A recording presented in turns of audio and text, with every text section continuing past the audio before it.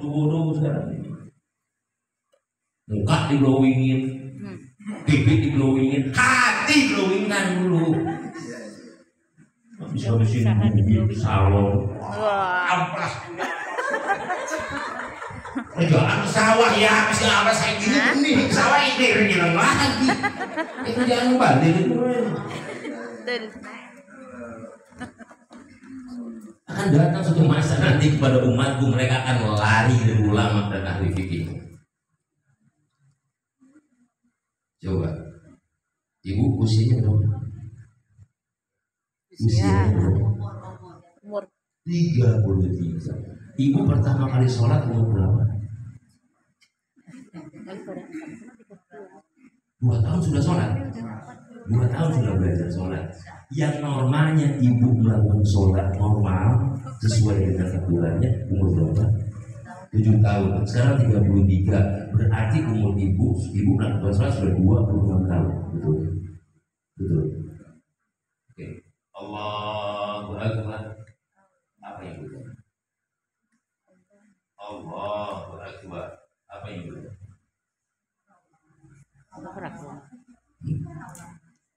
Betul.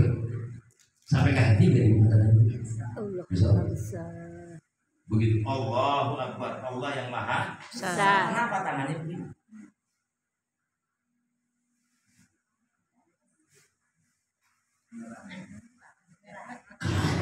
Sholat itu bukan nyerah, melambangkan bahwa begitu Allahu Akbar, yang lain itu kecil, dunia jangan dibawa-bawa lagi. Ini begitu Allahu Akbar, oh ini kunci Tuhan. Iya, kadang-kadang iya. Gara-gara kunci. Iya. Sholat ini gak khusyuk. Mas juga munafik iya. Betul sekali. Ingat apa sering lupa 3 apa 4 benar?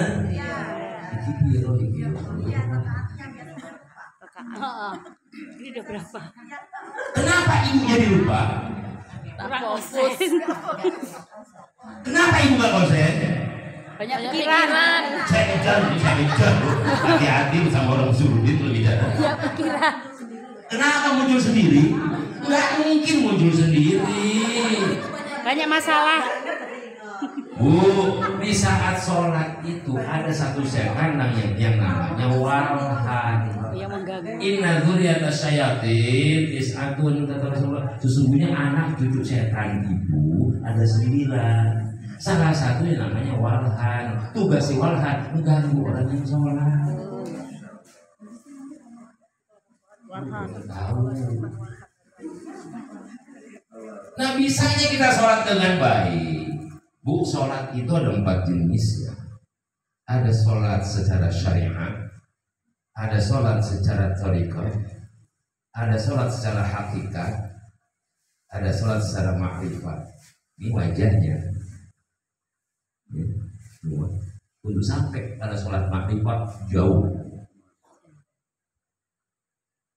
Untuk sampai hakikat aja jauh. Sholat kita sudah puluh-puluh tahun kita lakukan hanya sebatas pada sholat syariat yang itu pun kita belum paham apa isinya. Ayo, Bu. Subhana rabbiyal azim. Wabihamdi. Yang diperdebatkan apa? Bacaan. Itulah Allah yang Islam. Begitu Bang. Sami Allah. Sami Allah. Dalam sholat itu ada yang sangat luar biasa. Nah, kalau kita mengatakan Allahu Akbar, cuma Allah yang maha besar, Allah akan mengatakan kepadanya, hambaku luar biasa. Beliau mengakui bahwa hanya saya yang besar, yang lain itu kecil semua. Ada nilai tersendiri. Yang kedua, di saat baca Fatihah, kadang-kadang kita sholat asal.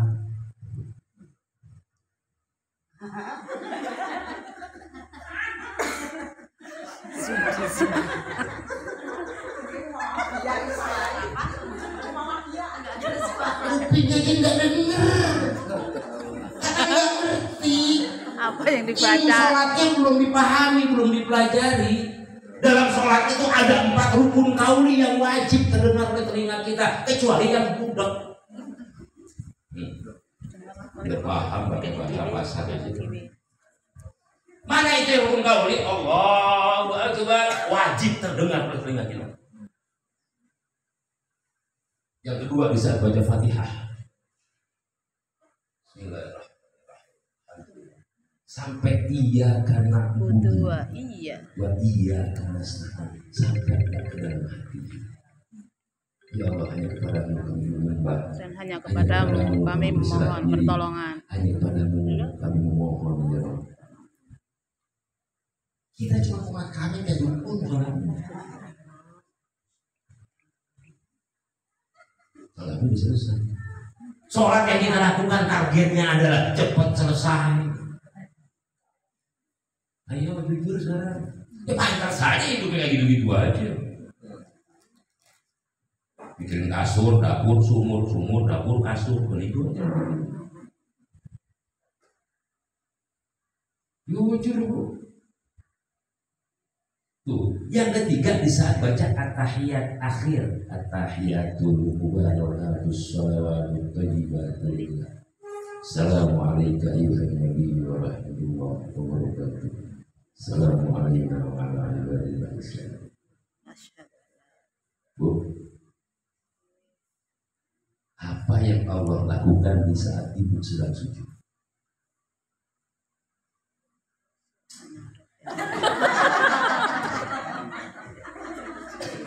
Apa yang Allah lakukan terhadap ibu di saat ibu sedang sujud? Saya bongkar aja lah. Jadi nanti untuk membina masyarakatnya, mengingatkan masyarakatnya, melaksanakan tugasnya, bahwa misinya jelas.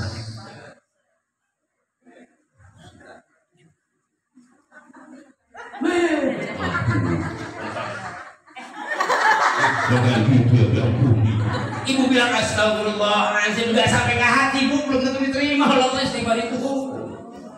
Oh, hati-hati lu. Katanya mesti jangan jauhin ulama dan ahli fikih. Apa kira-kira Bu yang kau lakukan terhadap ibu di saat ibu sedang sholat? Sehingga sholat kita dari mulai Metro sampai Mekah Madinah sama, nggak ada beda, nggak ada hasil pulang di Mekah. Ayo, mau berdebat. Tatkala kita sedang sujud, Bu, sujud, Allah sedang ngelus kepala kita. Dielus sama Allah, ya Allah, ya Rabbi ya Karim. Dielus, nggak terasa.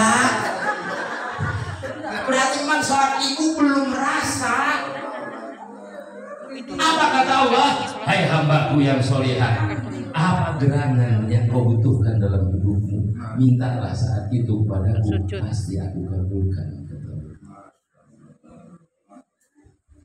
Kita gak pernah kayak gitu merasakan nikmatnya di saat sujud. Wong kadang-kadang ibu sujud itu telekungnya jadi sejadah. Sudah salah pula secara syariat. Karena apa? Ninggalkan ulama, ninggalkan ahli fikih yang selama ini ngaji cuman bid'ah. Tunjuk. Ada yang gini. Yang benar yang mana Pak Yai? Itu yang ributin. Ada yang gini soalnya. Ya. Nunjuk. Ada yang gini. Ada yang gini. Ada. Imam Malik begini. Ada yang begini. Ibu pilih yang mana? Yang gini. Normal.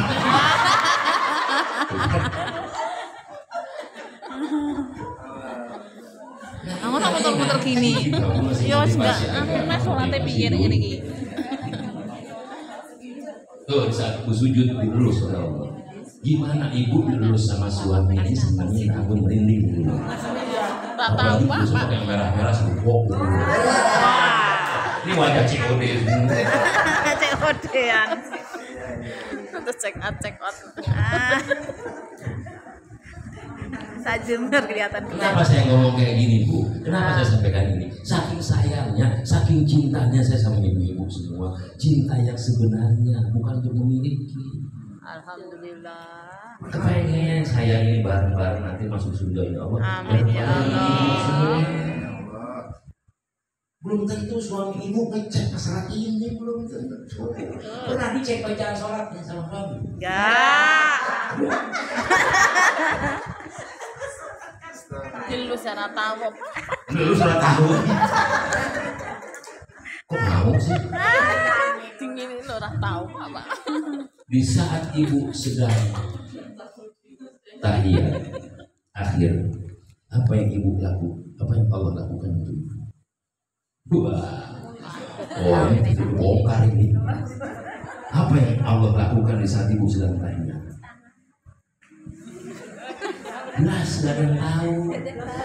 Di saat kita sedang tahiyatul mubarakatuh sholawatut thayyibatullah sampai selesai, Allah sedang mendekap kita di dekat sama. Cuma kita nggak merasakan itu. Oh, sholat asal di dekat. Apa kata Allah? Hai hambaku yang soleh, la takhaf wa la tahzan. Jangan pernah khawatir, jangan pernah takut, jangan pernah gentar kalian menghadapi kehidupan ini. Aku akan selalu bersamamu, kata Allah.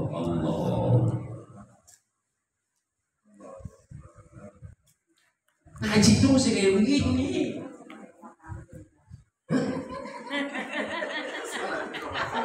Iya kalau kata.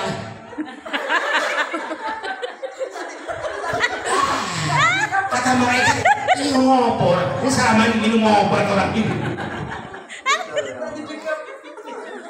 Jadi saat takbir harus terdengar telinga, baca Fatihah terdengar telinga, tahiyat akhir terdengar telinga, kemudian yang terakhir di saat ucapan salam yang pertama, Assalamualaikum. Cukup leher kita yang bergerak, dada kita jangan. Iya. Kalau dada kita Assalamualaikum, nggak senang, batal sholat kita. Ini persoalan. Makanya akan datang nanti suatu masa kepada umatku di mana mereka akan lari dari ulama dan ahli fikihnya sehingga umat akan bodoh tentang agamanya, nggak ngerti sama sekali. Sholat nggak paham, sholat ya sholat tapi nggak ngerti fungsi sholat. Inna sholat tanha anil fahsya'i wal munkar. Hafal semua. Sesungguhnya sholat itu harus mampu mencegah perbuatan keji dan munkar. Tuh, sholat yang bagaimana? Sholat yang sudah makrifat, sholat yang sudah hakikat kepada Allah. Ibu rajin sholat, maka mentolong sama suami masih bisa. Rajin sholat, rajin tahiyat, buka dompet suami masih sering. Enggak pernah Pak. Sholatnya rajin, tapi ngerasani orang, jelek-jelekin orang, minta orang, gibah orang masih rutin. Enggak Pak. Ini jujur sekarang. Ibu ini pakai seragam hitam semua, cantik-cantik ya. Wih, hidup kopi bagus-bagus warna-warni. Saya tanya, buat siapa? Ibu udah cantik. Buat siapa? Buat siapa? Raka sudah sama pasangannya, makanya nggak berhasil. Nggak tunggu suaminya lah. Buat suami, benar. Buat suami. Tapi suaminya nggak di rumah. Good. Sahih, betul. Pertanyaan saya yang kedua. Suaminya nggak di rumah. Munafik. Innal munafiqina lakadzibun. Orang munafik. Orang munafik itu. Intimnya neraka. Ustaz. Intimnya neraka. Ya kenapa kok berubah? Kata Allah kan dalam Al-Quran, Sumastaqamu tatanazzalu alaihimul malaikatu alla takhafu wa la tahzanu. Istiqomah karena dalam hidup ini. Makanya ibadah itu lagi sholat pakai telepon. Itu ngajarin kalau ibu harus pet dijaga. Ini udah menor cantik pakai parfum perkondangan. Buk. Pakai daster. Jujur bu. Pakai daster. Jangan orang suami ibu, orang lain aja yang ngusir untuk ibu.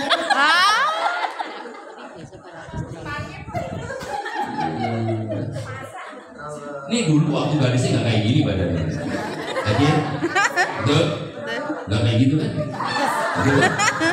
Bener, nggak kayak gitu kan badannya waktu gadis dulu kan? Enggak. Yang bikin ibu jadi kayak gini siapa? Suami. Kenapa suami kata lain? Ini kita ada. Astagfirullahaladzim. Makanya jangan pernah lari dari ulama dan ahli fikihnya. Seseorang yang sering silaturahmi ke orang alim, minta ilmunya, minta nasihat, minta masukan, insyaallah berkah hidupnya. Tapi zaman sekarang udah keluar, minta sama kiai, sama ustaz, Pak Ustaz tolong isi jadwal pengajian bla bla bla bla bla bla bla bla pakai WA. Sementara nggak pernah kirimin kuota. Kurang ajar. Nggak menghargai. Ayo. Jika silaturahmi ke orang alim, datang ke rumah orang alim sekarang sudah langka. Paham? Paham? Bahaya Bu kalau kita jauh dari ulama dan ahli fikihnya. Bahaya. Jadi jangan pernah jauh dari ulama dan ahli fikih. Kita sadari bahwa ibu lahir ke dunia ini dimandiin orang.